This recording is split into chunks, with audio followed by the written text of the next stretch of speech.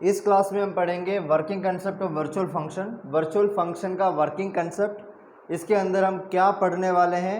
जैसे ही आप एक वर्चुअल फंक्शन अपने क्लास के अंदर बनाते हो, आपके फाइल के अंदर अगर आप कोई वर्चुअल फंक्शन बनाते हो, तो जैसे ही आप वर्चुअल कीवर्ड लिखोगे ना, क्योंकि फंक्शन को वर्चुअल बनाने के लिए फंक्शन के रिटर्न टाइप से आगे हम क्या लिखेंगे, कीवर्ड लिखेंगे वर्चुअल।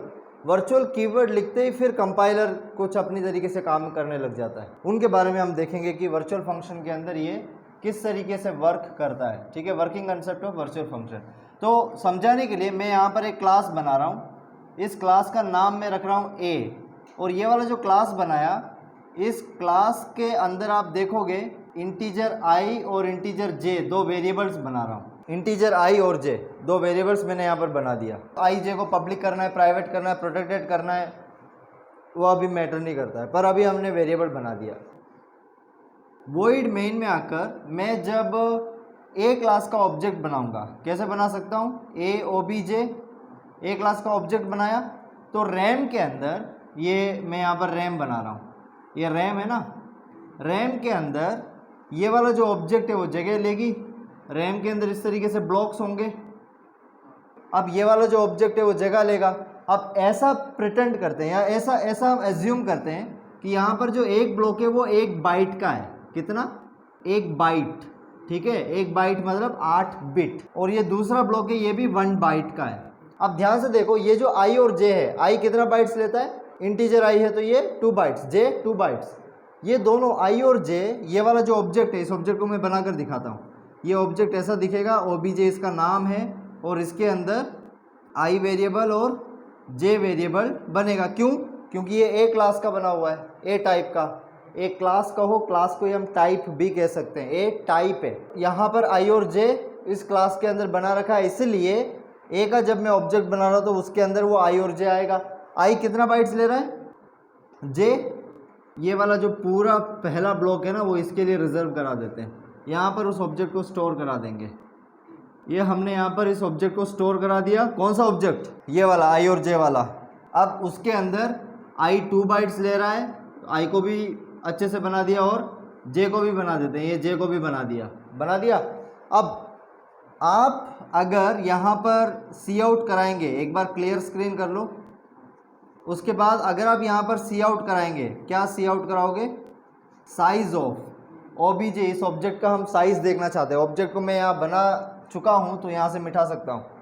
मैं अब क्या करने वाला हूँ, यहाँ पर सी आउट कराना चाहूँगा। क्या सी आउट कराऊँगा, ये जो ऑब्जेक्ट है उसका साइज। तो उसके लिए हमारे पास एक ऑपरेटर है, साइज ऑफ एक ऑपरेटर है। तो साइज ऑफ ऑपरेटर को यूज़ में लेके मैं यहाँ पर उस ऑब्जेक्ट का नाम लिखूँगा, ओबीजे। ठीक है, तो क्या होगा, ऑब्जेक्ट का जो साइज होगा वो ये रिटर्न कर देगा और प्रिंट भी हो जाएगा। क्या साइज प्रिंट होगा, 4। ये जो ऑब्जेक्ट है ओबीजे, इस ऑब्जेक्ट का साइज क्या प्रिंट कर देगा, 4 बाइट्स।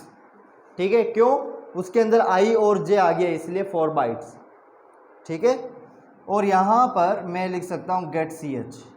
अब मैं क्लास में कुछ चेंजेस करने वाला हूँ। मैं यहाँ से जे हटाने वाला हूँ। क्या किया, जे हटाइए। मेरे साथ साथ आप प्रैक्टिस करके देखोगे तो भी समझ में आ जाएगा। मैं क्या करने वाला हूँ, जे हटाने वाला हूँ। तो जब ऑब्जेक्ट बनेगा, यहाँ देखो अभी जो ऑब्जेक्ट बन रहा है उसके अंदर से भी जे हट जाएगा। सिर्फ कौन बचा, आई। इस बार साइज ऑफ वो क्या बताएगा, 2 बाइट्स। कितना बाइट्स, 2 बाइट्स, वो आई के लिए। अब मैं एक काम करता हूँ, इस आई को भी हटा देता हूँ। मतलब ये ओबीजे है, उसके अंदर से आई भी। अब ये जो ऑब्जेक्ट है वो बिल्कुल ब्लैंक है, ब्लैंक ऑब्जेक्ट है, मतलब इसके अंदर कोई भी वेरिएबल नहीं है। तो इसका मतलब ये है क्या कि ऑब्जेक्ट ही नहीं है वहाँ? नहीं, इसका मतलब ये है कि ऑब्जेक्ट यहाँ है पर उसके अंदर कोई वेरिएबल नहीं है। इसलिए ये कितना बाइट्स देगा, 1 बाइट मिनिमम वो देगा। क्यों? वो ऑब्जेक्ट एग्जिस्ट करता है, इसलिए 1 बाइट दिया। ऑब्जेक्ट वहाँ है, एग्जिस्ट करता है, इसलिए 1 बाइट है। बाकी क्लास के अंदर कुछ भी ऐसा, तो यही है, ऑब्जेक्ट थोड़ा सा फ्लेक्सिबल है। उसके अंदर आप इंटीजर वैल्यूज डालते जाओ, बड़ा हो जाएगा, हटा दो वो छोटा हो जाएगा, पर मिनिमम वो 1 बाइट में सेव रहेगा। अब मैं क्या करने वाला हूँ, ये जो 1 बाइट है वो किसका है, इस ऑब्जेक्ट का 1 बाइट है। अब मैं क्या करने वाला हूँ, यहाँ पर एक फंक्शन बनाने वाला हूँ। ध्यान से समझना, क्लास ए के अंदर मैं एक फंक्शन बना रहा हूँ f1 नाम से, और ये फंक्शन बना, फंक्शन का यहाँ पर डेफिनेशन भी मैं दे सकता हूँ, है ना। तो फंक्शन का ये ओपनिंग, ये क्लोजिंग, बीच में मैंने 3 डॉट्स लगाए, हो सकता है कोई कोड हो। ऐसा सिचुएशन में भी जब आप साइज देखोगे इस ऑब्जेक्ट का तो वही सेम 1 बाइट आएगा, ठीक है। हाँ, आप यहाँ पर उस ऑब्जेक्ट के मदद से f1 को कॉल कर सकते हो, पर उसके अंदर अगर आपने कोई सी आउट स्टेटमेंट दिया होगा तो प्रिंट होगा, नहीं तो कुछ भी प्रिंट नहीं होगा। अब मैं क्या करने वाला हूँ, यहाँ पर ये रिटर्न टाइप है ना f1 का रिटर्न टाइप है वॉइड, उससे भी आगे यहाँ पर मैं वर्चुअल वॉइड f1 फंक्शन को बनाने वाला हूँ। मतलब फंक्शन को क्या बना दिया मैंने, वर्चुअल बना दिया। जैसे ही मैं इस फंक्शन को वर्चुअल बनाऊंगा और जब मैं ऑब्जेक्ट का साइज को देखूंगा, ऑब्जेक्ट का साइज 2 बाइट्स बन चुका होगा। कितना बाइट्स? अरे ऑब्जेक्ट का साइज यहाँ पर वर्चुअल ऐड करने से 2 बाइट्स का कैसे बन गया? 2 बाइट्स का बन गया, मतलब इसको फिर इतना बड़ा बनाना पड़ेगा। ये प्रैक्टिकल आप करके देख सकते हो। इसका मतलब ये है इस ऑब्जेक्ट के अंदर एक ऐसा वेरिएबल आया जो 2 बाइट्स का है, समझ रहे हो। तो वो वेरिएबल मैं यहाँ पर बना देता हूँ। एक वेरिएबल आया यहाँ पर, वो 2 बाइट्स का है। क्या वो वेरिएबल मैंने क्लास के अंदर बनाया? नहीं, मैंने सिर्फ वर्चुअल लिखा, और मैंने जब ऑब्जेक्ट का साइज नोटिस किया तो वो 2 बाइट्स का मुझे साइज बता रहा था ऑब्जेक्ट। तो ये जो वेरिएबल बना, ये वाला वेरिएबल कंपाइलर ने बनाया, मेड बाय कंपाइलर। ये वेरिएबल किसने बनाया? कंपाइलर ने। अब हाँ, हमें कुछ चीज़ों का आइडिया लग रहा है। पहला चीज़, ये जो वेरिएबल है इसका नाम पता है क्या आपको? इस वेरिएबल का नाम क्या पता है क्या? अभी मैं इस वेरिएबल के कुछ प्रॉपर्टीज़ को एक्सप्लोर करना चाहता हूँ, तो क्या इस वेरिएबल का नाम हमें पता है क्या? नहीं, क्योंकि हमने बनाया ही नहीं वेरिएबल, तो हमें नाम नहीं पता। उसके बाद क्या इस वेरिएबल का टाइप हमें पता है क्या? नहीं पता। पर थोड़ा सा और अगर हम डिटेल में सोचें, हम सोचें तो ऐसा समझ में आ सकता है, ये वेरिएबल 2 बाइट्स का है, तो 2 बाइट्स का तो इंटीजर होता है। पर बात यह कि ये कंपाइलर बना रहा है, और हम कंपाइलेशन का कोड देखकर भी नहीं समझ सकते कि वेरिएबल का नाम क्या है या टाइप क्या है, इसलिए हम टाइप नहीं जानते। मैं जो अब बोल रहा हूँ उसको ध्यान से सुनना। अगर आप कोई भी प्रोग्राम बनाओगे, उसके अंदर अगर आपने एक वेरिएबल बनाया और उसको आपने यूज़ नहीं किया, क्या आपने एक वेरिएबल बनाया पर उसको यूज़ में नहीं लिया, compiler on the spot warning देगा। वो ये वार्निंग देगा कि a variable is never used. Warning का मतलब ये है आपके खिलाफ एक शिकायत तो है, पर ठीक है, प्रोग्राम तो चल जाएगा। एक वार्निंग है जो आपको देना चाहते हैं, वो ये है, आपने यहाँ वेरिएबल बनाया, वेरिएबल रैम के अंदर जगह लेगी, पर आपने उस वेरिएबल को उपयोग में नहीं लिया। मतलब रिजोर्स के लिए वो एक थोड़ा सा खतरा है। वहाँ पर आपने वेरिएबल बिना फालतू का बनाकर डाल दिया, तो रैम का उतना जगह तो लीक हो गया ना, उतना जगह तो वो वेरिएबल लेके बैठेगा। पर रैम के अंदर का जगह थोड़ा इंपॉर्टेंट होता है, वहाँ पर आपने ऐसा वेरिएबल क्यों बनाया जो काम नहीं आ रहा है? ये कंपाइलर की तरफ से शिकायत रहेगा, ठीक है, वार्निंग देगा वो, अगर आपने वेरिएबल बनाया और उस वेरिएबल को यूज़ में नहीं लिया। तो ट्राई करके देख सकते हो। नॉर्मल एक फ़ाइल बना देना, उसमें एक वेरिएबल ले लेना, वेरिएबल का कोई भी वैल्यू असाइन करा देना, उसको प्रिंट मत कराना, ना इंक्रीमेंट ना प्रिंट, कुछ भी मत कराना, और रन करके देख लेना। कंपाइल करते आपको एक वार्निंग मिल जाएगा, ठीक है। तो मेरा सवाल, जब कंपाइलर वेरिएबल्स को लेकर के इतना कंसर्न है कि बिना फालतू का वेरिएबल नहीं बनना चाहिए, तो मैंने यहाँ वर्चुअल लिखा, तो उसने वेरिएबल क्यों बनाया? कोई बड़ा पर्पस होगा कंपाइलर का, होगा ना। अब यही देखना चाहते हैं कि ये वाला वेरिएबल जो कंपाइलर ने बनाया क्यों बनाया, वो क्यों बनाया। तो यही चीज़ हम basically working concept of virtual function के अंदर हम पढ़ते हैं। तो जैसे मैंने एक फंक्शन को वर्चुअल बनाया, कंपाइलर ने उस क्लास के अंदर एक वेरिएबल बना दिया। उसका प्रूफ हमें कहाँ से मिलता है? ऑब्जेक्ट के साइज जब हम चेक कर रहे हैं तो 2 बाइट्स का वो बताता है। नॉर्मली अगर ऑब्जेक्ट के अंदर कोई वेरिएबल नहीं होगा तो ऑब्जेक्ट ब्लैंक है, इसलिए 1 बाइट वो ऑब्जेक्ट खुद का एग्जिस्टेंस के लिए 1 बाइट। लेकिन यहाँ पर 2 बाइट्स का एक वेरिएबल बन गया, वो हमें कौन बता रहा है? साइज ऑफ बता रहा है। उसी से पता चल रहा है कि कोई एक वेरिएबल उस क्लास के अंदर आ चुका है। लेकिन अब वो वेरिएबल क्यों आया, क्यों बनाया गया, तो इसका जवाब सुनो। पहली चीज़, यहाँ पर ये जो वेरिएबल बनाया गया ना, कंपाइलर ने ये जो वेरिएबल बनाया है, ये और कोई नहीं, एक पॉइंटर है। ये क्या है? पॉइंटर है। कंपाइलर ने क्या बनाया? एक पॉइंटर बनाया। चलो तो यहाँ पर हम दूसरी चीज़ें बताते हैं, ये वो चीज़ें जो हमें नहीं पता, अब धीरे धीरे इसके बारे में हम पढ़ना स्टार्ट करेंगे। वेरिएबल क्या है, तो ये बेसिकली एक पॉइंटर है, ठीक है। पॉइंटर है, इसका मतलब क्या होगा कि ये किसी दूसरे वेरिएबल को पॉइंट करता होगा। तो ये एक्चुअली दूसरा एक एरे को पॉइंट करता है। किसको पॉइंट करता है? एरे को, ठीक है।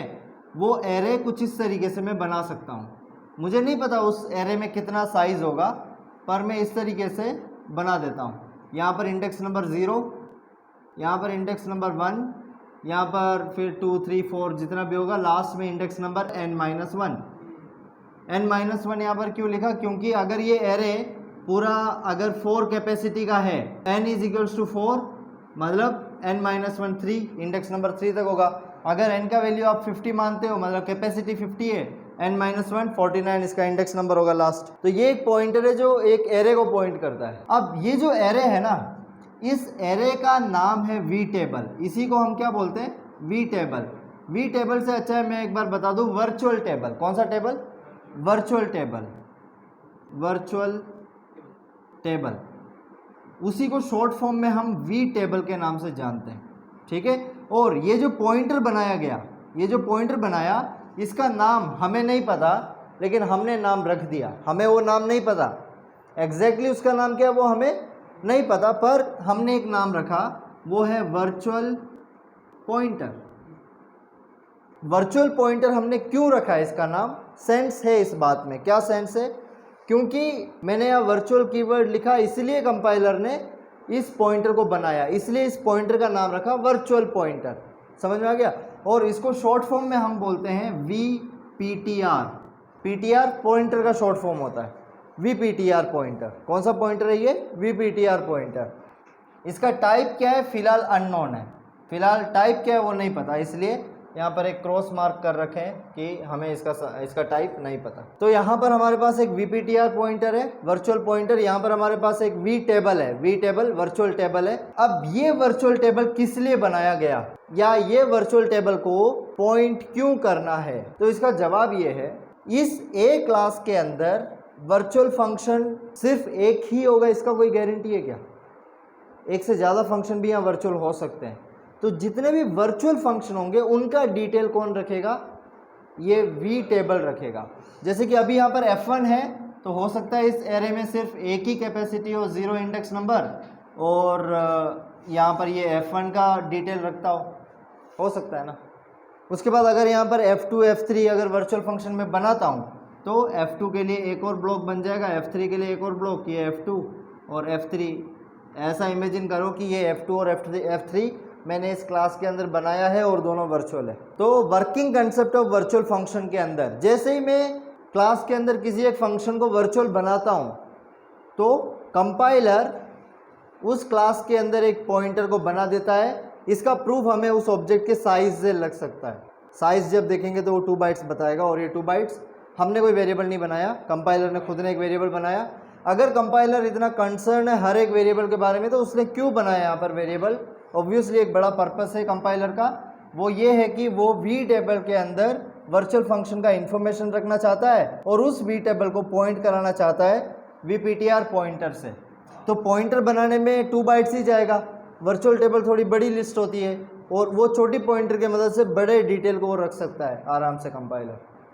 समझ में आ गया? तो यही है working concept of virtual function के अंदर। आपको वी टेबल क्या है पता होना चाहिए। वी टेबल नाम वर्चुअल टेबल वगैरह है, पर वो है एक एरे।